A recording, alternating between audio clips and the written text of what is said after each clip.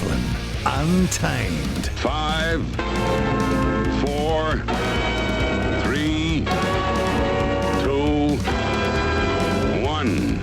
The Platform. iOS, It's Only Sport. That's the name of the radio show. That's the name of this podcast. Martin, Devlin, Lachlan Wall. We do a show on the platform every afternoon, and then we pick out bits and pieces of it and make a podcast, which is what you are listening to right now. Today we are talking still about the All Blacks' record loss to the South Africans. Luis Rubiales, the Spanish Football Federation president, the whole world wants him to step down. He's digging his heels in. And Fiji got plenty to celebrate as far as rugby goes as well. Will they be the surprise package at this year's tournament, given the fact that they upset England at Twickenham over the weekend? Glen Jackson, remember that name? Former player, former referee here in New Zealand. He's here assistant coach. We got a lot to cover on the podcast. Tablets in hand, I say gather my flock. It is time for a sermon. Rubiales, do the decent thing, mate. Let's go to the mountaintop. We live in an amazing, amazing world, and it's wasted on the crappiest generation of just spoiled idiots. Luis Rubiales, go quietly, mate. Go quickly, go quietly.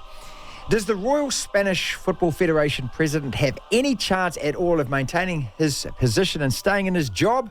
No. The answer is an overwhelming global no. And that's a major part of his problem right now. The whole world is watching and waiting for the Spanish themselves to do the right thing and garrote this guy out of public existence. Does he deserve the treatment that he's getting? Probably not. Is planting a kiss on a player's lips so grossly offensive he deserves his life, his career, his reputation ended forthright and forever? Probably not. Are there a hell of a lot worse things going on in life in general, in football and Spanish football, that deserve at least the same sort of attention, outrage and punishment, even worse than what he'll get given? Yes, probably yes.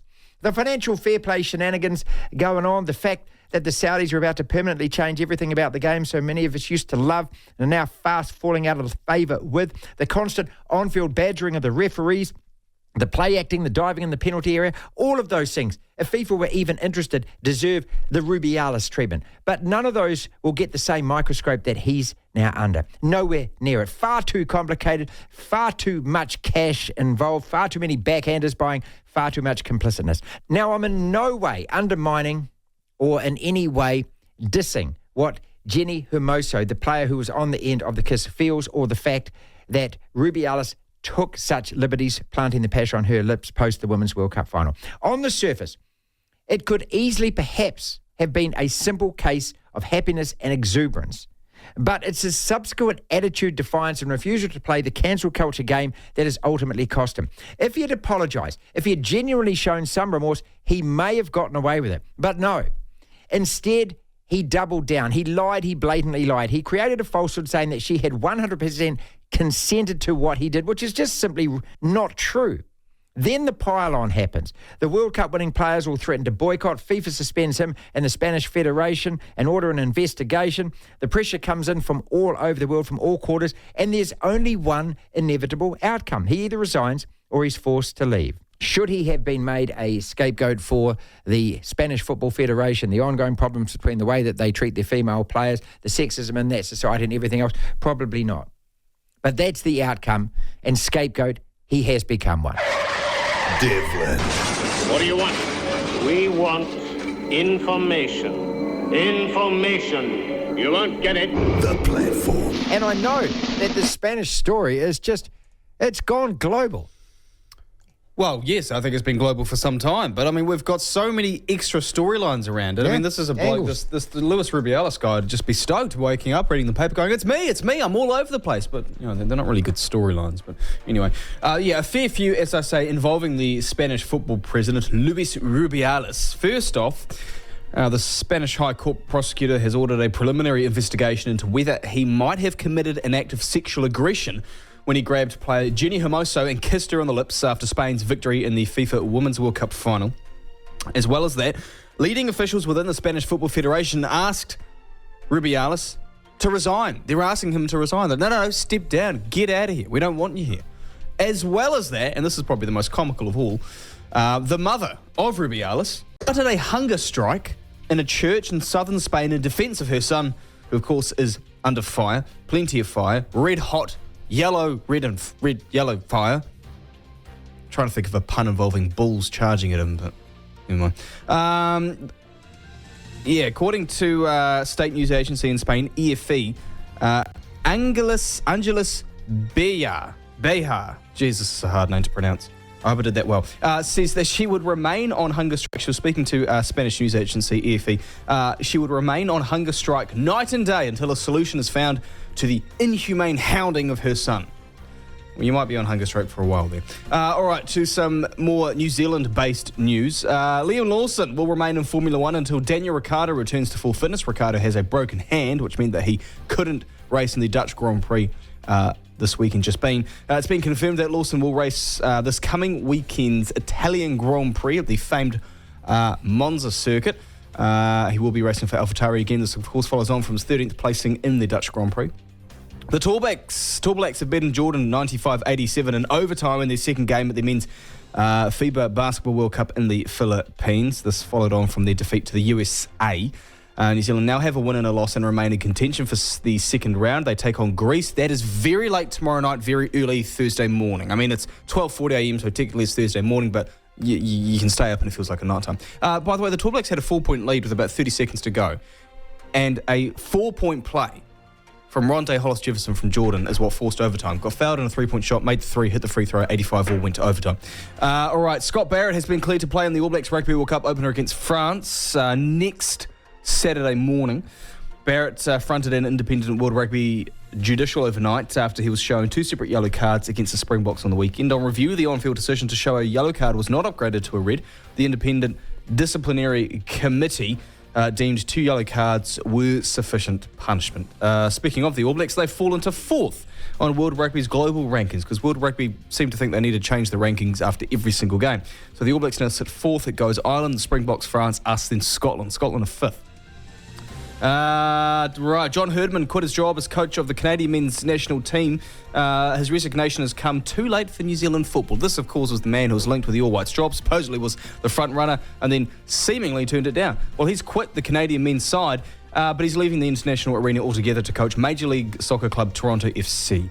And finally, some rugby league news. South Sydney captain Cameron Murray has given the embattled NRL club stability and scuppered the hopes of Wallabies coach Eddie Jones by signing a 5-year contract extension. Cam Murray had been more or less earmarked by Eddie Jones Rugby Australia as a guy they wanted to poach. South Sydney have had a pretty rough couple of weeks, not just on the field, off-field issues as well with their coaches and whatnot. But good stuff for them to have Cameron Murray locked in for 5 years, a 5-year contract extension. That's what's making news, Martin. Devlin. Oh my goodness me! The platform. A couple of days after the record-setting defeat at Twickenham by the Springboks, here in New Zealand, I think we're all still licking our wounds, quite shell-shocked by that. Justin Marshall was at Twickers, calling it for Super Sport. Can we still win this Rugby World Cup? Can we get through that quarter-final? Are we going to beat France in the opener? Many, many questions. Of course, we won't have the answers for a couple of weeks yet. How are you feeling a couple of days later today? I was really surprised, to be honest, mate, that the All Blacks struggled the way that they did. They pretty much got ambushed by a side that came out super physical, super committed, was massively positive. You know, like I think I said during the commentary that like Sia Kolisi turned down many kicking opportunities to try and accumulate points, which sometimes South Africa tend to do, to go for more. And eventually that led to obviously yellow, red cards, and the All Blacks just not being able to maintain the intensity that South Africa brought to the game. I think we've spoken for the last, 3 weeks, mate, where I've been very adamant that we needed to get our number one side out there and needed to go out and flex our muscles and make a statement about intent of Rugby World Cup. And, yeah, credit to Ian Foster. He named a full-strength side to a degree, but they just weren't up for it. They just mentally weren't there, and I can't understand why.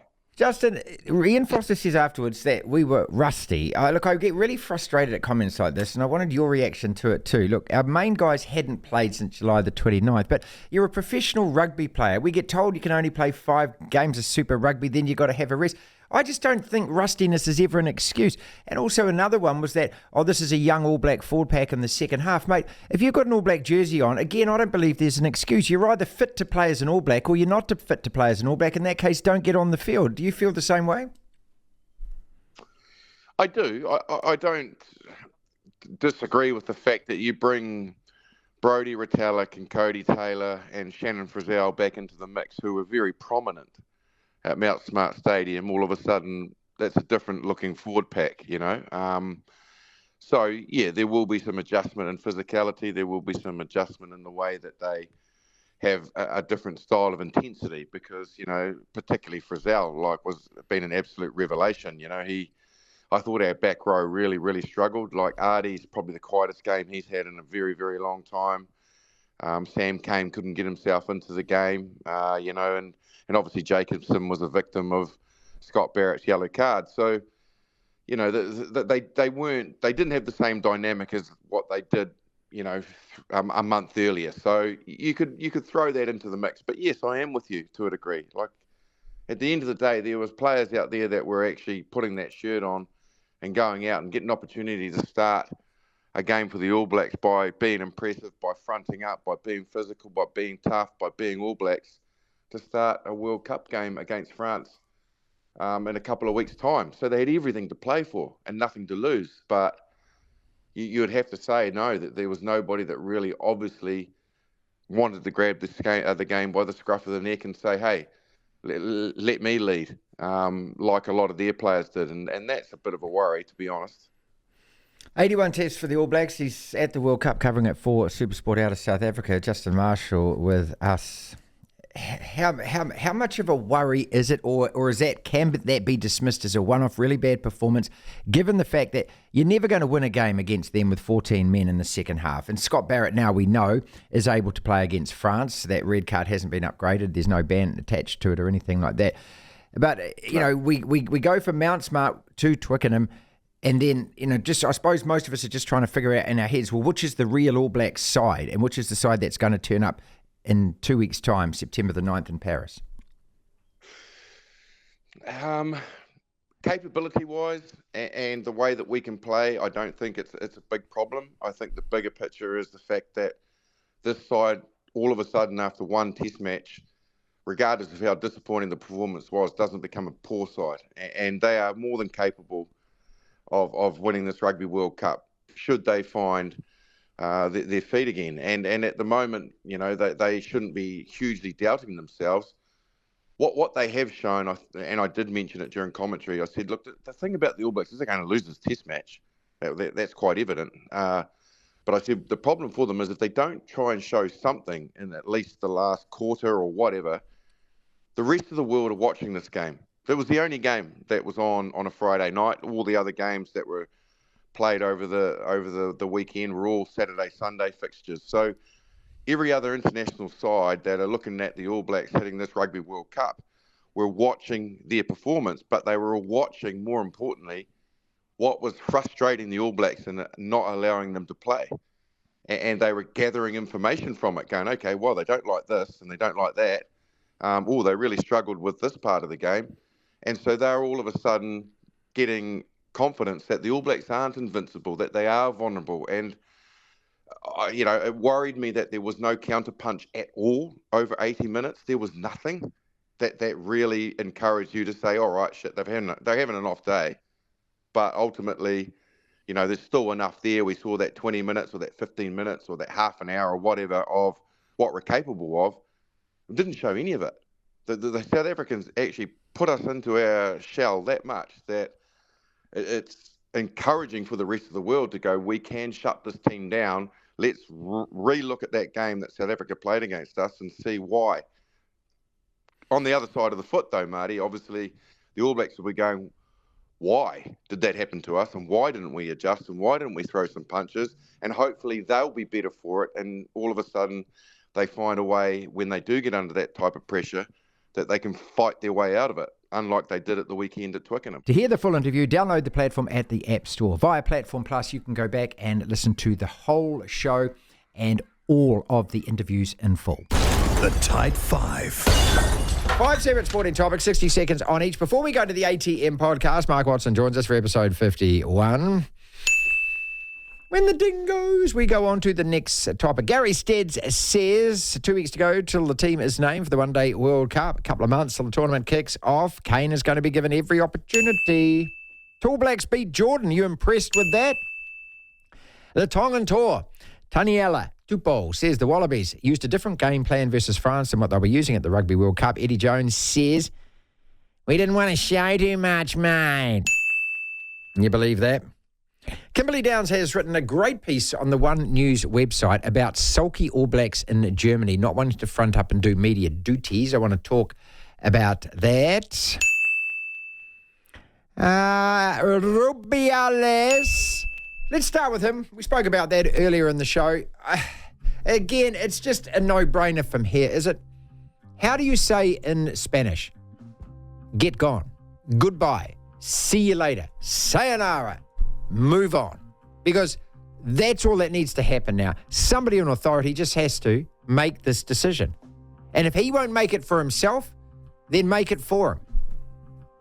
I mean, Rubiales is going to be given some kind of a golden handshake to get out of there, okay? Because there's all kinds of legalese around this, and they could be arguing courts forever. The easiest thing to do in terms of what FIFA want, and what FIFA want is what Spanish football will get, because they hold the cash, and that's all that matters. And everyone in the Spanish Football Federation will eventually want a nice, cushy job right in the FIFA gravy train. And so you just do what Daddy wants. And what Daddy wants is Daddy wants you to move out of the house, doesn't he? It's as simple as that. Isn't it, Lachlan? I don't see why this is so complicated anymore. No, it's not. I don't think. But I mean, this is an organisation in a different part of the world where things are handled a little bit differently than, say, the Western world of New Zealand and Australia and whatnot. Common sense maybe isn't the same over there that it is here. Everything's been made more complicated because Rubiales decided to double down on his stance that, no, hey, I did nothing wrong. She wanted me to kiss her. I asked her. She said, go ahead. Yeah, that's yeah. You know, I mean, more would have happened if, anyway. God, he must be a moron to honestly think he's going to get away with that. Well, this is the thing. Maybe he's gotten away with a lot of things in his career as the Spanish football president, which perhaps links to issues involving the coach. Maybe there's been serious corruption of power. Remember the talk about Zambia and their coach and the way that he was selecting players? And if these Spanish women have had to put up with that over a number of years, it is no wonder at all that this particular one is standing up and fighting about it. Jenny Hermoso, you have the power at this stage. The other guy doesn't, and he's going to get gone at some stage. Taniela Tupou says the Wallabies used a different game plan. Eddie Jones, mate, we're holding it back. Mate, do you believe a word of this? Well, I mean, when it comes to Eddie Jones, do you really believe what he says? He just says things. It's just smoke screens. It's just smoke screens. He sends up another smoke screen, and by the time that eventually the smoke screen clears, he's hoping that they've made the semi-finals. I think that's his game plan for the World Cup, isn't it? Distract. By God, you losers, please beat Wales and Fiji at least and make it to the quarterfinals. Yeah, there is some truth in the fact. I doubt anyone's showed their full hand in these matches before the World Cup. And considering most teams have put out a B or a C team, Yeah, but look and think about that when you're saying it, mate. Okay, what do you have up your sleeve apart from a slick backline move? Rugby's a very simple game. Win the ball, make your tackles, dominate the set piece. It's not like all of a sudden you're going to come onto the field. I mean, unless the Springboks can pull out a 7-man bench or something like that, which is pretty unusual, or you've got a double round scissor move. And you save that for the last moment of the... I think tactically you'd hold a bit back sometimes. Look, what else can you possibly do? Well, as you say, backline moves. I don't know, some sort of set plays. What Wayne Smith talked about when he was on the show, that they had only really 4 moves and variations of those 4 moves. Well, everyone's got Maybe those. The Wallabies only had 1 move with variations. Maybe they haven't shown their other 3 backline moves. Do you honestly think that teams go out there and say, okay, no, we're just going to handbrake this game a little, we're not going to play as hard? I mean, you're probably in more danger of getting injured. Yeah, no, seriously. Well, no, because if you're not throwing the same vigour into the tackles that you usually do, if you're not taking the risks with the ball that you usually do, there's a bit of a chess element to it all where you genuinely don't want to give away, then teams are going to figure you out pretty quickly. But you're going to give it away in the first game anyway against a major opponent. Well, if you're Australia, maybe not, because their first game's against who? Wales? Well, Fiji have got to play Australia and Wales to start with, right? So that's a major game for the Aussies is against Fiji, mate. And then they can... Yeah, they'll show a bit, and then they might take a bit of a break. I mean, look, this World Cup's not... too much credit. No, this World Cup's not different to previous World Cups. It's not as if people all of a sudden now are going, oh, no, we got to do our best during the pool stage. I mean, heck, the Springboks won the World Cup in 2007. Yeah, they smacked up England 36-0 in the pool, but they only beat Samoa by 5 points, only beat the US by about 20, and they went on to win the whole thing. Same thing with the All Blacks. If you remember the All Blacks in 2015, we were rubbish in the pool stage. I just remember vividly passes from the midfield of the first 5 out wide, not clicking, not sticking, the balls being dropped, and then came the quarterfinal, and it was the best test I've ever seen us play. You know, teams absolutely hold things back. What, Australia are holding who back exactly? Well, I mean, that's the thing. If you're talking about Australia, I don't know what they're holding back. No red card for Scott Barrett. Good. Was it? Should it? No. Well, no, because the incident was. I think definitely what the thought process here is that when his first yellow card wasn't actually him. It was a team yellow card. Actually, if you remember what happened with that ruck, he ended up being on their side, but somebody was going to get penalised for the next All Black. Exactly. The next guy was going to go. Sort of just a regular penalty, and the fact was that I've given away so many penalties against you guys. I have to card someone, and I warned you, Sam Kane. That is, he did. I warned you. He's going to the bin, and Scott Barrett's just like, okay. So had he done that same action twice in the match, what he did to Malcolm Marks with that swinging arm when he was on the ground, okay, yeah, maybe there should be a red card because it's two dangerous plays by him that sent him to the bin. But in this case, it was just the one. No, I think it's fair. I think it's fine. And I tell you what, unless it's something cynical and nasty or something like the high tackles, I think World Rugby will be reluctant to actually suspend people during these big games. All Blacks beat Jordan as expected.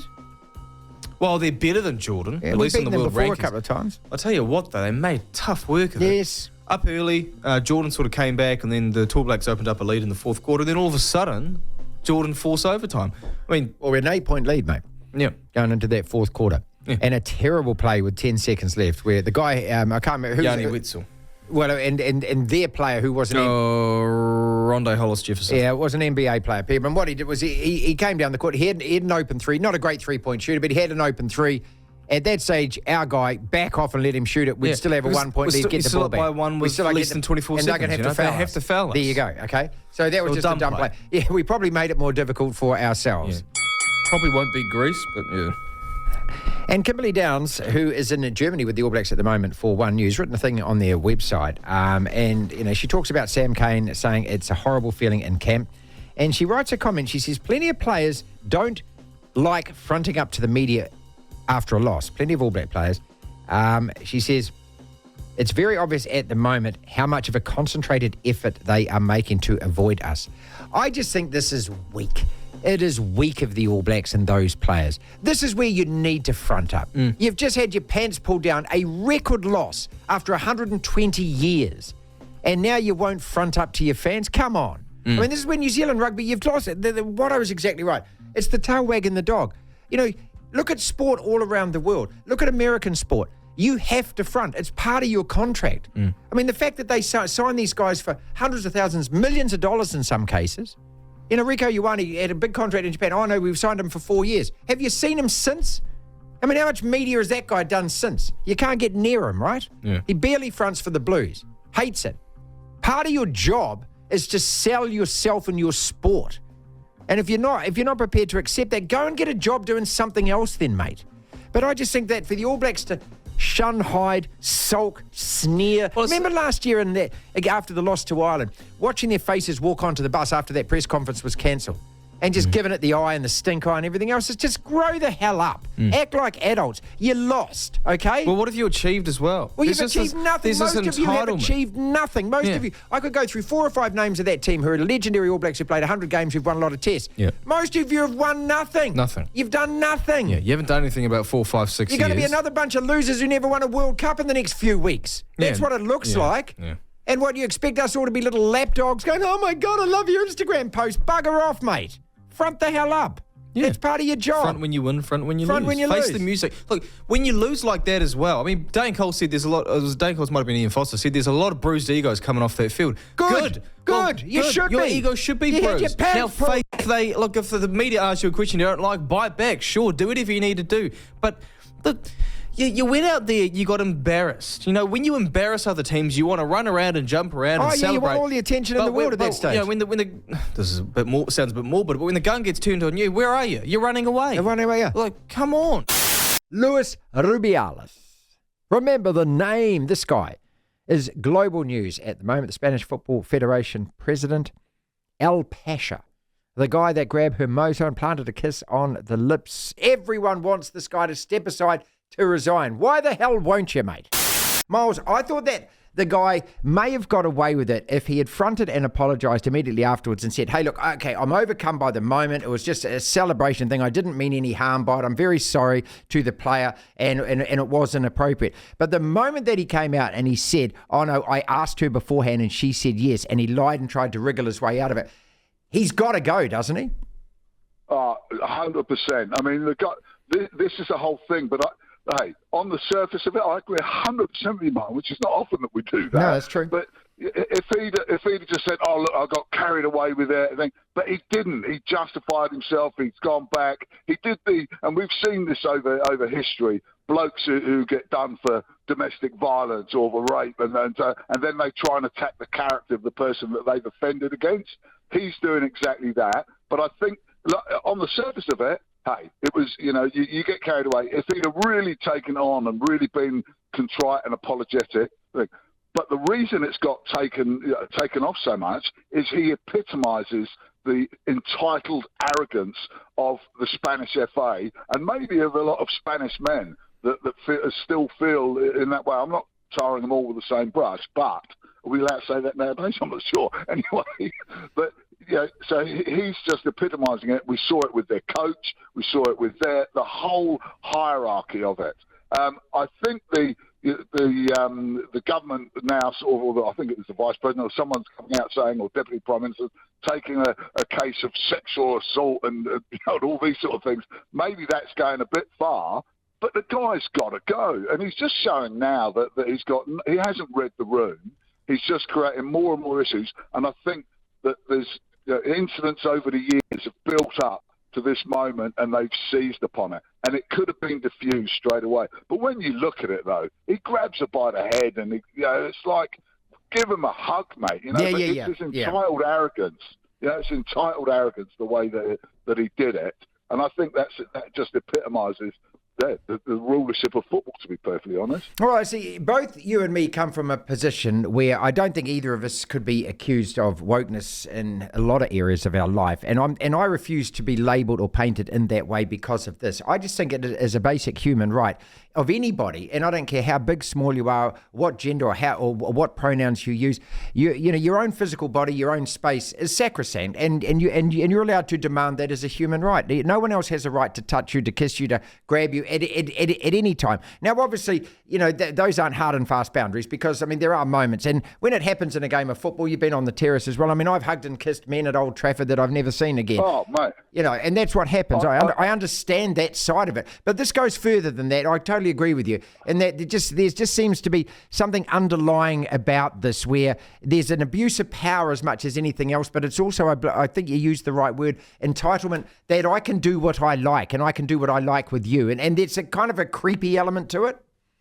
Yeah, massively creepy element to it. I thought, firstly, Martin, when was the last time anyone wanted to touch us inappropriately? Yeah, good point, mate. We hang out on the corner of Marion Street here or K Road up there, and we haven't been touched in decades. Yeah, good point. I also think about the emotion side of it as well. I can remember two straight away. Wellington winning the Shield for the first time in 20 odd years up at Eden Park. There was I can't remember how many strange men I hugged Wellington fans that night. Up at Elland Road when West Ham beat Everton in '98 in the semi-final of the FA Cup, hugs and all around. But those are specific moments, spontaneous, and not that invasive type that he was doing. And it's really taken, the thing that really gets me is it's taken the shine off of the achievement of that Spanish team. Playing for, down about a dozen players, playing for a coach that none of them could stand, even the ones that went there. And there's still, you see, all his coaching staff have resigned, as well. So, it's not just an isolated incident. It's not just the women that are doing it. There's a lot of support from the men within Spanish football there. So, it's sad. One thing I will say is that I do believe that Hermoso is Spanish for beautiful. So maybe he just got carried away. Fiji made history on the weekend. The day after we lost to the Springboks, the Fijians upset England at Twickenham. Just a remarkable result. They've made the World Cup quarterfinals a couple of times and are in probably the easiest pool with Wales and Georgia and Portugal. and Australia. Glen Jackson, assistant coach of Fiji, joins us. Just the feeling at Twickenham when that final whistle went. No, it was pretty surreal. One of our big things during the week was be the first team to beat England and make some history on the way to the World Cup. So it's it was certainly great for the boys to come off with the victory and such a great place to play rugby, and gives us a fair bit of confidence, obviously, going into the World Cup in a couple of weeks. Well, so it should too, because it's on the back of a very impressive victory over Japan as well, just a couple of weeks before that.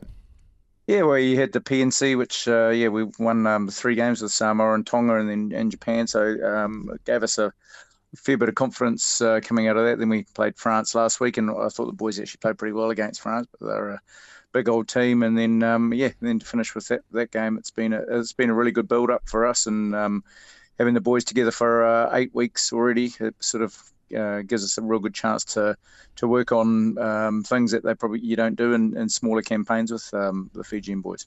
Is this the longest time that you and your coaching staff have actually had them together? Oh yeah, by miles. Yeah, normally November internationals or the November window, you get them a week, first week just before the game, so you don't really get any chance to be able to implement the things that you need to, especially when half the boys are playing either in France or in England. Obviously helps with the drawer now, and the other half been with us as the drawer, so it's sort of we at least get some continuity there. But this is definitely the biggest build-up we've had, and it's needed to go into such a big tournament. So how many players exactly are playing in France, and kind of spread across how many teams? Yeah, well, like every team, we've got 33 players, 17, I think, playing in the drawer, so the rest of them play their trade overseas. So I think we've got about 12, I think, that play in France, and not many of them actually play in the same sort of clubs, so they're spread over pretty much all the clubs, really. And then there's the rest is sort of either in England and one in Scotland. So it's sort of, pretty well spread. We're lucky a lot of those guys have played a lot of rugby together in terms of the Fiji, so our experience comes from the overseas players, and then the youth and the young guys coming through are all from the drawer. So it's been a really good balance. We started with a week at Tavaruni up north of Fiji on a very remote island. It was a really good way to start, just bringing the boys together, no phone reception, and they all slept in the old village in the hall, like marae style. So it was a really good way to start the campaign. Glenn, what is your role exactly? On the backs and attack coach for the boys. So it's sort of what I do with the drawer as well. So it's it's been a good rollover to be able to do both that and it's a pretty good team to have as your attack. They're obviously some talented individuals, and what they can do with the ball is pretty phenomenal at times. Do you also help them out in terms of refereeing interpretations, and put that hat on and use your experience in those matters? Yep, no, we definitely. I pretty much try and ref most sessions, especially our contact ones, and it's been a massive change for us.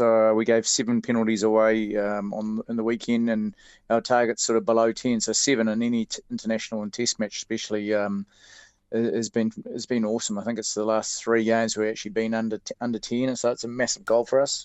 And the only way we could really be disciplined is work really hard on the fitness and at times I feel bloody sorry for them, but we've had a real campaign of fitness first, discipline second, and then play like Fijians, having fun is the third thing. So it sort of ties in nicely together. And at the moment, they're probably all of them would say they're the fittest they've ever been, and that helps in not only our attacking style but defence, but also, of course, our discipline. And we know teams try and put us under pressure at set piece, but our set piece is going really well at the moment. So it's just not giving them a chance to get into the 22. And the only way you can do that is be disciplined. So it's certainly a massive work on for us.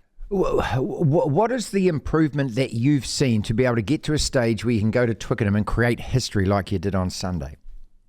Like I said, I think we've got a fairly good mixture of youth, a lot of really good young guys that have come out of Super Rugby, and obviously this year getting into a quarter-final, and the learnings we had from that, getting a bit of a telling from the Crusaders, but it was certainly playing playoff footy, gave our young guys some belief. Our selection was really hard. We left out some really good players that is probably, you know, it's a shame to do it, but it also shows the depth we've got when you make some really tough calls around certain positions. And then the guys playing in France, you know, we've got Weiss, who's our captain, who plays in France, has done for 12 years. We've got Lavani Botti, who's won European trophies with La Rochelle, and you know, so we've got guys that have actually experienced Europe and experienced lifting trophies. So that sort of that experience and belief, I guess, for our boys, then bring it all together and work really hard on what it means to play like Fijians, and Simon Rauluni, our head coach, has done a fabulous job around making sure our connection is back to Fiji, back to the villages and where they come from, and you know, it's been a lot of enjoyment. I wouldn't say hard work. It's been a lot of good fun around just making sure the boys are still smiling, you know, no matter what happens. And it's certainly it's making a difference at the moment on the field. We know it's still nothing happens now until Wales and the 10th of September and then Australia. So if it doesn't really matter what happens in pre-season, that's when it really counts. So yeah, we'll go in with some huge belief in the way we're playing, but every game, especially in the pool, is going to be a knockout game. So it'll be really where the pressure and how we've been working really hard on our fitness will come through, hopefully. To hear the full interview, download the platform at the App Store. Via Platform Plus, you can go back and listen to the whole show and all of the interviews in full. Time for the Minister of Common Sense to be involved. We need to talk. We need to talk. I just said that. We need to talk. Lachlan, we're going to play a chance of what is more chance of happening. I'll read you a scenario, give you another scenario. You tell me what is more chance of happening. On the back of Eddie Jones saying we got to think about leave, mate, Tony and a two-bowl saying, hey, look, we were holding back. What is more chance happening? The Wallabies get out of their group stage and win their quarter-final at the Rugby World Cup, or Kane Williamson makes the one-day World Cup squad for India in October. So Kane has 2 weeks, I believe it is, pretty much. And there's not really much of an update. He's on track, more or less. Yeah. Kane is in the squad. I think he is. Kane is in the squad, mate. But the Wallabies, look, they'll top their group. They'll beat Fiji. They'll beat Wales. They'll absolutely beat Wales, and they should beat Georgia, who I think will beat Wales. And that means they'll play one of England, Japan, or at a stretch Samoa, because Argentina are going to top that group. They'll beat England. Okay. They're better than England. Well, I think they will at least. And Australia, I think, are better than England right now. Or they will become the quarterfinals. So I think that's actually more likely. But I do think Kane's going to the World Cup. But I could see I don't know. Can I just say I don't know? Can I plead the fifth on this one? What is more chance happening? The Wallabies make the semi-final of the Rugby World Cup, out of the group stage, win the quarterfinal, or Jared Waerea-Hargreaves changes his on-field behaviour and stops being a buffhead bone? No, the Wallabies make it out of the group, top of their group, and win their quarterfinal. What is more chance of happening? That then, or Nathan Cleary leaves league to play rugby? I saw this clip. No, they're much more likely that the Wallabies top their group and win their quarterfinal. You don't think even in a couple of years? I can't see what. I mean, he would have to play for Australia. Yeah, he's the best. Well, he's the best. Why would you go from being a winner to being a loser? Well, that's what Australian rugby is, mate. Well, what if they get to the semis? Then what if they win the Lions series in a couple of years? And heck, what if come the home World Cup in 2027, they have some good players and they do enough to win that tournament? Are they losers then? That's a lot of what-ifs there, Lachlan. That's quite a few what-ifs there, isn't it, eh? No, I think Nathan will stay with league. I think he will as well. I also don't. I think there's a couple of positions that are transferable between rugby union and rugby league. I don't think being a halfback is one of them. I really don't. Oh, maybe it is. Maybe it could be first five. Benji didn't work, did he, when he moved? No, he didn't work. He wasn't a first five. Then they played him at fullback. Well, that didn't work. What is more chance happening? The Wallabies get out of the group stage, win that quarter-final of the Rugby World Cup, or Luis Rubiales admits his actions were and decides to go quiet. I'd say that's more likely. You think so? Yeah, I think that's more likely. I think it's coming. I could see FIFA stepping and saying, leave. Well, that's what FIFA are going to say to the Spanish Football Federation. Here's the big check. So, first I'll say sort it out, and then if they don't, they'll be like, okay, here's the check. No, you have to sort it out now. Exactly. What is more chance of happening? Eddie Jones is right. They're holding back. They will make the quarterfinal, Lachlan. or the Tall Blacks beat Greece and qualify for the knockouts? I give us a good shout. Go on. We won't win, though. Greece are a better team, I think. You give us a good shout. I give us a good shout. Absolutely. Close. We're going to talk to Jordan Mills about this in a second. The thing is, as much as we were leading most of the game last night, is that Jordan looked better. It was strange. I was watching it with my flatmates. We sat there going, Jordan looked like a far more polished team. They've got some really nice sort of, what's the word? Cuts to the basket. It's a really good ball movement, but we didn't look like we were playing as well, and yet we were leading somehow. But again, I love the Wallabies' chances of topping their group and winning that quarterfinal against England, Japan, or Samoa. I've been confident since Eddie Jones took over as coach. I said it when he took over as coach. I said the three teams you got to put money on are the Springboks, Ireland, and the Wallabies. What have they done at all to tell you that they are in any way going to? When does anyone ever talk about what you do before a World Cup? It doesn't matter. The Springboks got pumped 57-0 by us 2 years before. Yeah, okay, all right, there is that. You know? What is more chance of happening then? The Wallabies get out of their group. Yes. Arrive at a quarterfinal, pump their opponents. In Marseille and win. March into the semi-finals, or Liam Lawson takes over Daniel Ricciardio's drive for next year. So neither Ricciardio or is it Tremoda or Tremosa or whatever he's... Sonoda. Or whatever. Yuki Sonoda. Okay. Whose time... Their contracts are out at 2024, but they could cut them. Okay, so Liam Lawson, he drives really well in the next few races, and they decide you're in the seat next year. That's totally plausible. I think there's a good chance. Absolutely. Isn't there? The Ricciardo situation is a bit strange. Ricciardo brings the female clicks on Instagram. Don't forget that, people. All the girls love Don't tell Ricciardo. me that is not an issue, because it is. Yeah, well... If he was driving Red Bull, it wouldn't be, but if he's driving for the feeder team... Yeah, I was going to say that the strange thing about AlphaTauri, or formerly Toro Rosso, is they've always been, as you say, the feeder. They've always been a team that has the younger, talented drivers and sees how they go. You never see an older guy. No, that's right. It's a bit strange that Ricciardo's there. That's what I think. There's but I could absolutely see Ricciardo taking over Perez's seat and being the co-driver to Max next year. Liam, go on, son. Drive your face off in the next few races. Finally, what is more chance of happening? Why are you laughing? You got to look at all the piles of rubbish on their side of the drawer. Okay, the Wallabies. Who's beating them? I think that Georgia beat them. Yeah. I think Fiji beat them. Georgia aren't beating them. I think Wales and Australia play off for the wooden spoon. No, they play off for the wooden spoon of their group. Portugal's in their group. Portugal beat Australia. Yeah, okay. All right, so what is more chance of happening? The Wallabies do that, or World Rugby listen to what everyone is saying and instruct their referees to let the game flow and tell the TMO to shut. Get out of the group stage. They top their group and win their quarterfinal. That is more chance. You're asking World Rugby to step in and do something sensible. It's time. It's episode 52 of the ATM podcast. Martin Devlin from the platform. Mark Watson.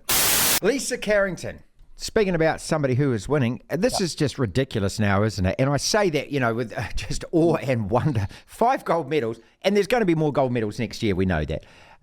But 15 World Championship golds as well, Mark. I mean, this is what you do. You commentate Olympic Games. You commentate these sports that really are out of our conscious for most part, except every 4 years. This woman's achievements must rate her amongst the very, very best of New Zealand athletes, surely, across every sport. Oh, without a doubt. Look, I was lucky enough. It wasn't heard here, but I actually did all the kayaking commentary at the Tokyo Olympics. I'm sort of the official archive of the IOC, so I got to call all of Lisa's gold medals. And when you go there, you realise how big the sport is in Eastern Europe particularly. It's almost a national obsession in countries like Hungary. And here we've got a young girl that's basically come out of Ohope or Whakatane region and is doing a demolition. It is a brutal sport. I spend a lot of time with Gordon Walker, her coach, over the years, and Gordy's no fool. He understands what hard training is, having sort of won the coast to coast himself 3 times, and spent a lot of time training with some of our top Ironman athletes. And you listen to the work they do, the number of sessions they do a day. It sort of reminds me a lot of what elite swimmers do. It is a hard sport. And so, yes, without doubt, look, she's in the discussion with Peter Snell. She's in the discussion with Daniel Loader. And the only other woman I would put up there, and it's hard because people won't, you need to go and do your homework.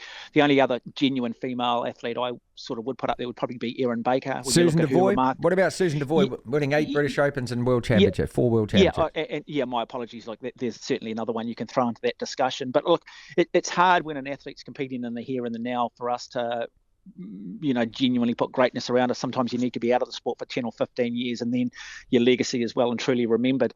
But yeah, certainly up there, if not our greatest athlete, without doubt. I think, I certainly put it up there with, as I said, Loader and Snell, and probably surpasses both of them now with her achievements. It is a tough sport. It's a brutal sport. But the thing is that I find quite funny in this country, Martin, is she wins again and the Halbergs will come up and go, oh, Lisa Carrington's going to win it again. God, can't we give it to somebody else? Yeah. I'm thinking to myself, do you honestly think the Swiss say that about Roger Federer? Yeah, do you think the Americans say that about Tiger Woods or Michael Phelps? Why can't we just go, hang on a minute, man? I tell people, go and sit in the K1 kayak and see if you can actually balance it for 1 It's second too without damn falling hard. out. That's the thing, Watto, isn't it? Well, Stephen Ferguson, who was an elite swimmer, right, son of Ian Ferguson, he was an elite swimmer. It took him 3 months to learn how to kayak in a K1 to actually sit in the damn thing without tipping out in it. I mean, you can see them at the start line, just how much their core is actually working to keep the boat upright. And what you don't realise too is just how nervous they get. I was talking to Gordon, he said, oh no, Lisa gets really, really nervous. I mean, and your arms are burning. He said, it's like running the 400 metres as hard as you can go, and you're running through quicksand in that last 100 metres, you cross the line, and then someone says, oh, by the way, you've still got another 200, and that's the pain and that's the hurt they're in, Martin. Warriors top 4, say it out loud, it's legit, mate. And I think it's worth marking the moment too, because I know that there are games to come. There's a game this weekend, of course, against the Dolphins, and then the finals, and we don't know how far the team is going to progress through the finals. But when you've won 6 games last year and 8 the year before, when you've won 16 already this year and you've made the top 4, you need to put a little bit of a colon on that and say, well done, Warriors. This has been extraordinary. Oh, absolutely. It's the fairy tale story, isn't it? It's what we've been waiting for a long time.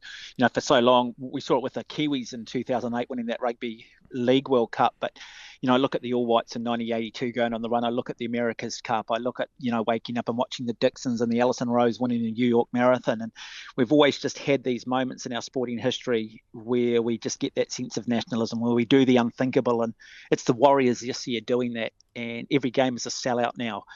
Interesting that I see the Melbourne Storm have got Brisbane this week, because Melbourne could still sneak ahead of us if we were to lose, they were to win. Melbourne could still sneak into 3rd place, but in a funny kind of way, Brisbane top of the table. I'd probably prefer to play Brisbane in a playoff game than I'd probably prefer to play Penrith. I think Brisbane, I think, are still more beatable. But look, I think we will end up finishing 3rd, which no one would have picked at the start of the season. I certainly didn't. I've said it before. They've exceeded my expectations, and good luck to them. But more importantly, just well done to the fans who have been just so incredibly loyal. Well done to people like Peter Leach and the Mad Butcher who have defended this team through thick and thin. Those fans that have turned up every week, bitter to the loyal end, and sit in a landscape where it is still predominantly dominated by rugby, and have hung tough, and now they're sitting back smiling and shoving it up rugby, and it is the hottest ticket in town.